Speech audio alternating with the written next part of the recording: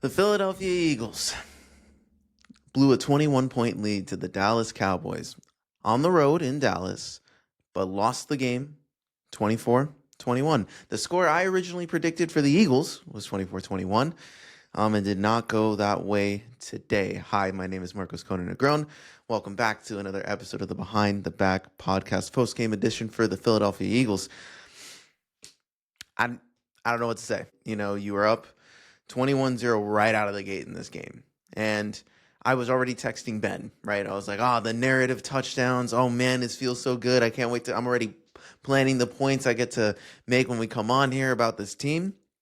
And they fell into the trap that they have set up for themselves all year. And that is, when things get going, they look like the most unstoppable team in the league, offensively and defensively. But then the offense stalls, drive after drive after drive, and they allowed the Cowboys to get back in this game. And it wasn't even just, offensive inefficiency, right? I mean, in the grand scheme of things, the offense played well. When we look at Jalen Hurts' overall numbers, 27 of 39, 289 yards, one touchdown. He only took one sack, which was a big sack. It was a sack towards the end of the game. And he also rushed for 33 more yards and two touchdowns. Jalen Hurts, objectively, had a great game. The receivers, A.J. Brown, narrative game for him. 8 catches, 110 yards, one touchdown, had a 22-yarder. It was great. He looked great today. Devontae Smith, 6 catches, 89 yards, had a nice 41-yard bomb where he caught a really high degree difficulty of catch. Saquon Barkley, 7 catches, 52 yards. He was able to take advantage of some of these checkdowns that he was given. The passing game looked very solid, albeit they didn't make many, run after catch opportunities. There was opportunities, but there was still a lot of you see a lot of guys running hitches, not much has changed there. But I think we are starting to get to the point now where we do need to not have a conversation. This conversation's already been had. To address the fact that the running game is not what it used to be, not what it was last year, right? And the Eagles consistently tried to rely on Saquon. I mean, listen, he only got 10 carries, so I'm not saying that it was over. They did abandon the run game at times in this game, but when they didn't abandon the run game, it was on first down, right? The Eagles, I think, and this is where it comes down to, I think there's more evidence now that this is more of a coach's thing than a player's thing, is you're not a good running team this year. You are more successful when you put the ball in Jalen Hurts' hands this year.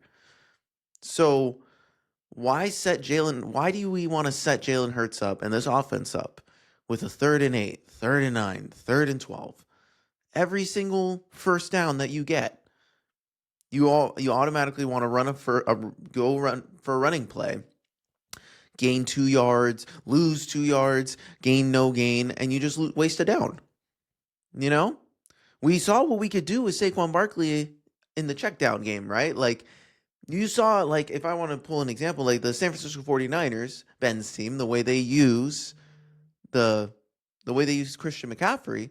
When he wasn't getting going on the ground earlier this season, he was a menace as a receiver. And obviously Christian McCaffrey, I think, compared to Saquon Barkley, is obviously a better receiver. But we've seen what we can do when we give Saquon Barkley the ball in open space, even if it's on those checkdowns. He can create something out of nothing. He can't do it in the running game this year because Lane Johnson's hurt. The offensive line isn't playing the same. According to Landon Dickerson, the Cowboys were playing more 5-man fronts in this game, and they didn't have as much tape on that. So the Cowboys threw a counter, and the Eagles were unable to have an answer once the Cowboys got things going defensively. And that's a huge problem. You were up 21-0. You took the life out of the whole stadium right out of the gate. And then you choke. And I don't even want to put this all on the defense, because when we let's look at the Cowboys, who, again, played a good game.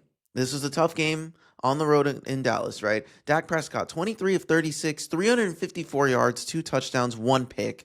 And a lot of those yards were bombs. He threw a couple great balls to Pickens, who had a great game. He was 9 for 9, 146 yards and a touchdown. There was times in this game where, especially early on, where we're Does Dak remember that George is on his team? Because CeeDee Lamb had a bad game. He had 4 catches, 75 yards. He hit on a big one.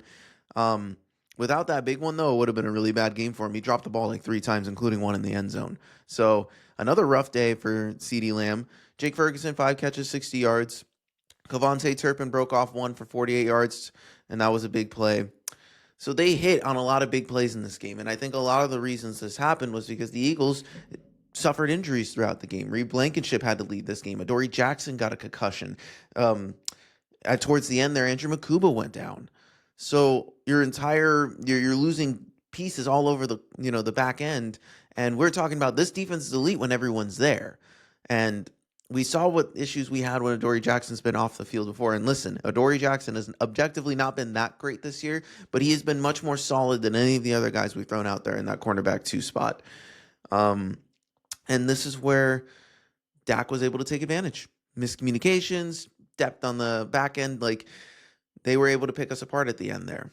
And although the Eagles defense did enough to win this game, right? They forced an interception on Dak in a big spot. Kevontae Turpin fumbled the ball off of a handoff early in this game, and the Eagles took advantage of that. They were winning the turnover battle. And then the Eagles commit 2 turnovers of their own, super costly too, in the second half. Saquon Barkley fumbled the ball, lost the opportunity. Like, it was a big play, that fumble from Saquon when we're trying to get some momentum. And Xavier Gipson took a punt towards close to the back of the end zone, but he got rocked by, I don't know who the gunner was who hit him, but he got rocked, fumbled the ball, and gave the Cowboys an opportunity at the goal line, which they did not score at, by the way, which is an emphasis of the defense still doing their part and making stands. Like that turnover led to a turnover on downs by the Cowboys. And not only just the turnovers, penalties. Early in this game, there was a lot of penalties being called on the Cowboys. The entire second half, the Eagles were just shooting themselves in the foot. 14 penalties for 96 yards. 14 penalties to 8. This was a yellow-laden game, for sure. Like, just all this stuff that Nick Sirianni preaches. Turnovers, not being the ones who shoot themselves. They did a lot of that in this game. And again, on the road against a division rival in a tough environment in Dallas, it's hard to win in Dallas. Jerry World is a tough place to play no matter how good or bad the Cowboys are. And the Cowboys showed up. Listen, like, they didn't show up for the first, we thought we gave them that knockout punch. They came right back. They didn't fold. This was an emotional game for them. Again, first home game since the death of Marshawn Nealon. Like, this was you saw that energy. It almost felt like towards the end that it was just going to happen because of all the momentum that was going their way. The Eagles just gave it all to them. And there's a couple little things that you can say, right? Like, Jake Elliott hits a field goal. He missed a 56-yarder. That's a hard one to hit, right? I'm not going to kill him for that. Brandon Aubrey missed a 51-yarder, but he obviously didn't miss the game winner. The Eagles were perfect in the red zone when they got there. And they only allowed 1 sack, although Jalen was under pressure a lot in this game. That Cowboys, defensive front did a good job in this game. They were trying to blitz. They were trying to generate pressure. They did a good job. But I think overall, Jalen did a great job. I think the Eagles need to stop leaning on the run game. It's not the same. You want to lean on the run game? Sure, but that's not going to work. Utilize the short pass game as your run game. Like, this wasn't about, Jalen Hurts throws more, than a certain amount of times you lose the game. Jalen Hurts almost won this team the game. He had 3 touchdowns on his own. He was the only, he scored all the points for the team in this game. He did everything that he had to do. I do understand, I went on the pod last week and argued about, maybe the Eagles are right. Don't turn the ball over, you win the game. But it is hard to control turnovers. Cowboys made good plays. They rocked Xavier Gipson, and they did a great punch out on Saquon. Like, that's just good defense. And it's one of those things where had the Eagles offense just continued to do the things that worked in the first half and gotten aggressive, they showed that they were able to do it towards the end. So, like, why not just keep putting your foot on the pedal? They are playing too often, playing not to lose. And it sucks because, like, you watch them play like, okay, our defense has it. Then what if they don't have it? And that makes it tough. Like, I believe in our defense. They did it. Everyone did exactly what I thought they were supposed to do today. I told the Eagles, I said, if the Eagles get 21 points, they'll win this game. Like, if they don't turn the ball over, if they don't have 14 penalties, maybe we win this game, right? A lot of ifs in this game. And that comes down to coaching. That comes down to Nick Sirianni. His team was not prepared. His team got complacent. And it led to the offense getting stagnant again. There's no excuse. There's no excuse. You can't expect this is when you look at the numbers, when you look at the money, this is the most talented offense. This is the most expensive offense in the NFL. And too often the Eagles are asking this offense to figure it out on their own. Special players make special plays. Like go out there and just win, guys. We won't have answers. We won't have a counter to what a team throws at us. We just expect you guys to figure it out because Sirianni and Kevin Patullo don't have answers. This was the conversation in 2023 about, man, Nick Sirianni's in over his head because Brian Johnson, a first-time head coach or first-time play caller, doesn't have the answers. Same situation. Kevin Patullo, first-time play caller, doesn't have the answers. And we can't keep expecting our defense to bail us out. Listen, the Cowboys are a great offense. They showed that today. They've been showing that all year. Offense is their bread and butter, right? So, 24 points against an offense like this, they did a good job. The Eagles defense, I give them credit, especially with all the injuries they were dealing with. And this was just a frustrating showing by an offense that the offense looked good at times. They scored on their first 3 possessions. And it just goes to show that this team too often takes their foot off the gas in an effort to stay out of their own way, when in reality, them staying out of their own way is them just getting in their way even more. They're 8-3. They're second in the NFC with a huge game on Black Friday against the Bears. And I will do I'll do a little breakdown on that. So stay tuned. It'll be on our shorts feed. I'm going to do a quick preview what I'm looking for in this game and what my score is going to be. But, this is a huge game for the Eagles. Are still very much in control of their own destiny in terms of they're still very much in the hunt for the 1 seed, right? Like the Rams can lose another game. If the Eagles and Rams finish with the same record, the Eagles own the tiebreaker for beating them earlier in the year. So them losing today was not, oh man, backbreaking. The Eagles split the division against, the division series against the Cowboys. That's usually how division series goes, right? Like these are the teams that know you the most. So you're bound to lose one of these games. It's tough to sweep your division opponents.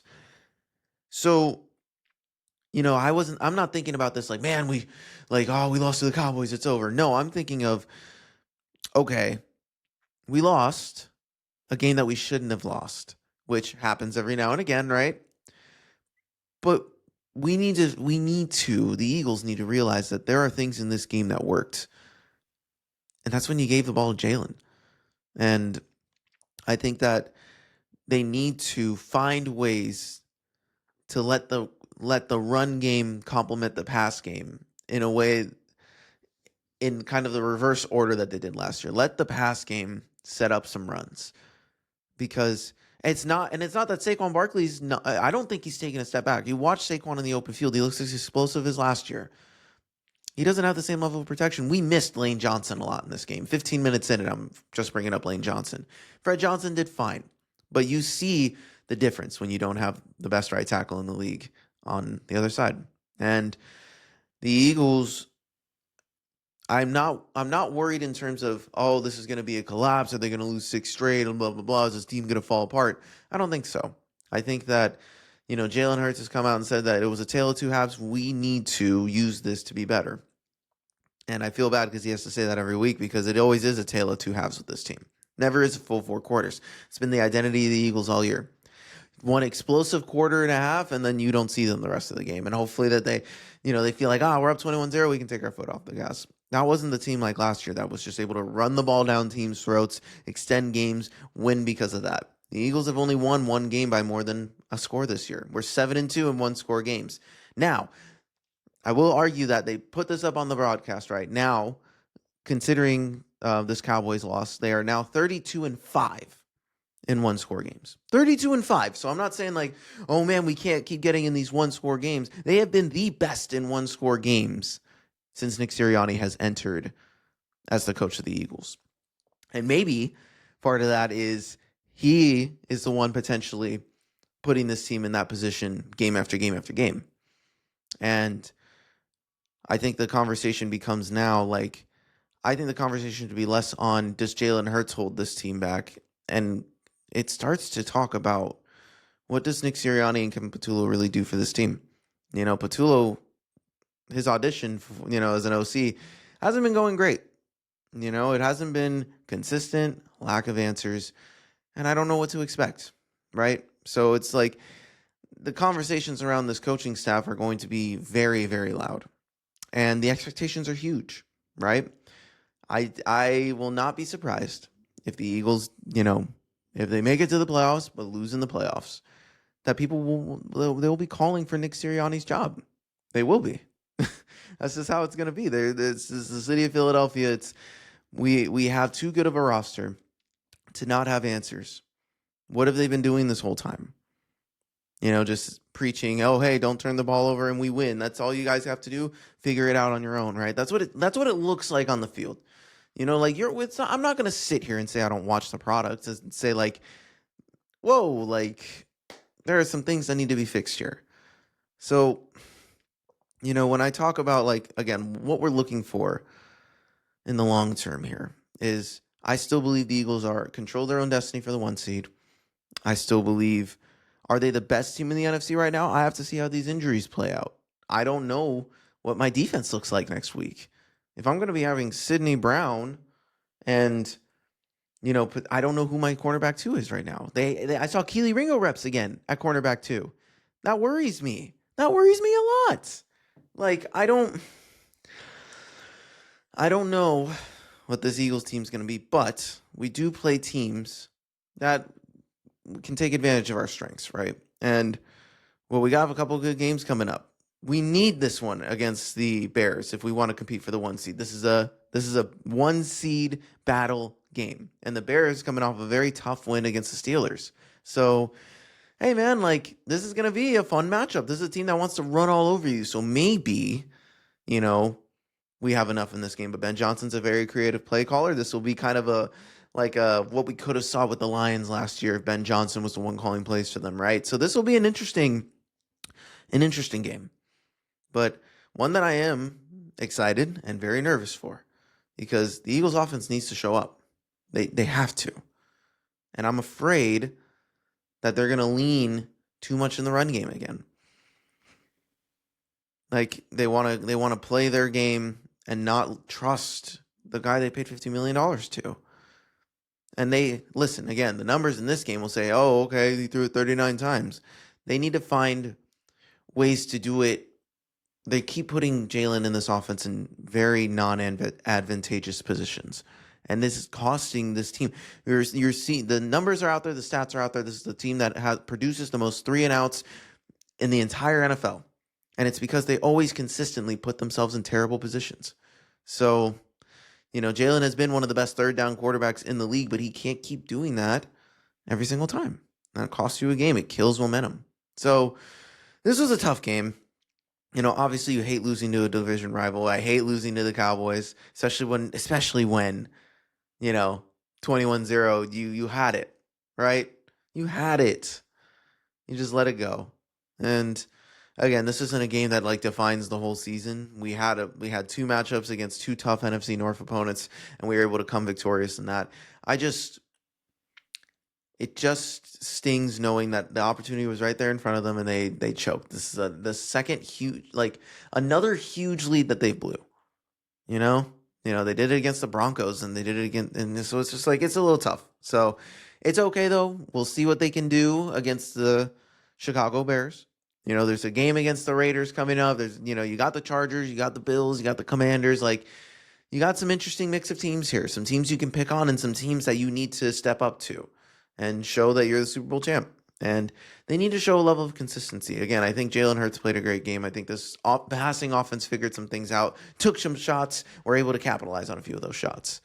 So I think that if the Eagles can just stay aggressive offensively instead of turtling, they're going to have a good shot against this Bears team that's going to be aggressive. Ben Johnson's going to be aggressive, especially against the Eagles. He wants to stick it to the Eagles, So I'm really excited to see what happens on Friday, but this isn't the kind of momentum you want going into a Friday game, and definitely with the injuries on a shortened week, this isn't something, I'm really excited for. So their practice schedule is going to be a lot different with the holiday, and it's going to be a little bit more difficult with some of these injuries that we have to look out for on the defensive side of the ball. They're going to be picked on through the air.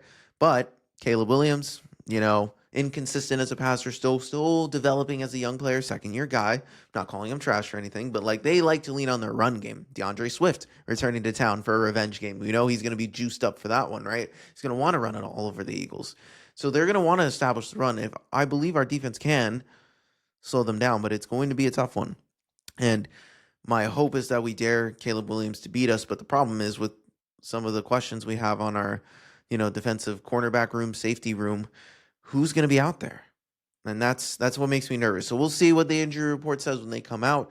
I saw Reed Blankenship during the broadcast kept I think if I lip read him correctly, he kept mentioning Charlie horse. So I think it looked like he got hit in the helmet straight in the thigh, and it was just too much. He couldn't keep going. So I think that he will be playing. But Makuba looked like he got hurt. Adoree had a pretty rough concussion where you saw him continuously shaking his head, trying to shake it off almost, right? So it was I don't know. I don't know what's going to happen. I don't know who's going to be playing cornerback 2. I don't know who's going to be who's going to be next to Reed Blankenship if Makuba's hurt. So this is going to be an interesting matchup against the Bears offense that is pretty potent. But overall, the defense just missed on a few spots, right? Cooper DeJean got beat on a few big catches. There's only so much you can do when, George Pickens is having the game of his life. So, this is a fun game. It was a tough loss nonetheless. But I believe in this Eagles team. We're still 8-3. We're still very much in control of our own destiny. We're still very much in control of the division despite this loss. This isn't the Cowboys are closing in. We're feeling pretty good about where we're at. We're a few wins away from completely securing this thing. And there's a possibility for the Cowboys that they won't even make the playoffs still. But this is the kind of win that can propel a playoff run, especially if the Niners take care of business of the Panthers. That's one less team that you have to worry about, sitting in front of. So this will be an interesting next few weeks for the Cowboys, too, who have a lot to prove. And they play on Thanksgiving against the Kansas City Chiefs. So, hey. Tough matchup there, so we'll see how they do there too. So, all right, guys, I will leave it here. This was the post-game pod for the Behind the Back podcast for the Philadelphia Eagles. My name is Marcos Conan-Negron. If you like this post-game pod, thank you for sticking around for the whole thing. Please give us a like, subscribe, rate, review, and follow the show. We appreciate all the love and support that you guys give us on a week-to-week basis. I hope you guys enjoy your Thanksgiving week. You'll definitely get one, a post-game pod for me coming out on Saturday. So, obviously, after the Black Friday game, and you will get a post-game pod for the Niners game that play tonight against the Panthers. Go bang, bang, Niner gang. Go for the Niner faithful. Hopefully they pull off a dub. And hey, even closer to the Eagles, so that'll be even cooler if they end up with a win today. So hopefully Niners are able to do that, and hopefully next time I'm talking on a post-game pod, it's coming off of an Eagles win on Black Friday. All right, y'all, I will talk to you later in the week. Peace.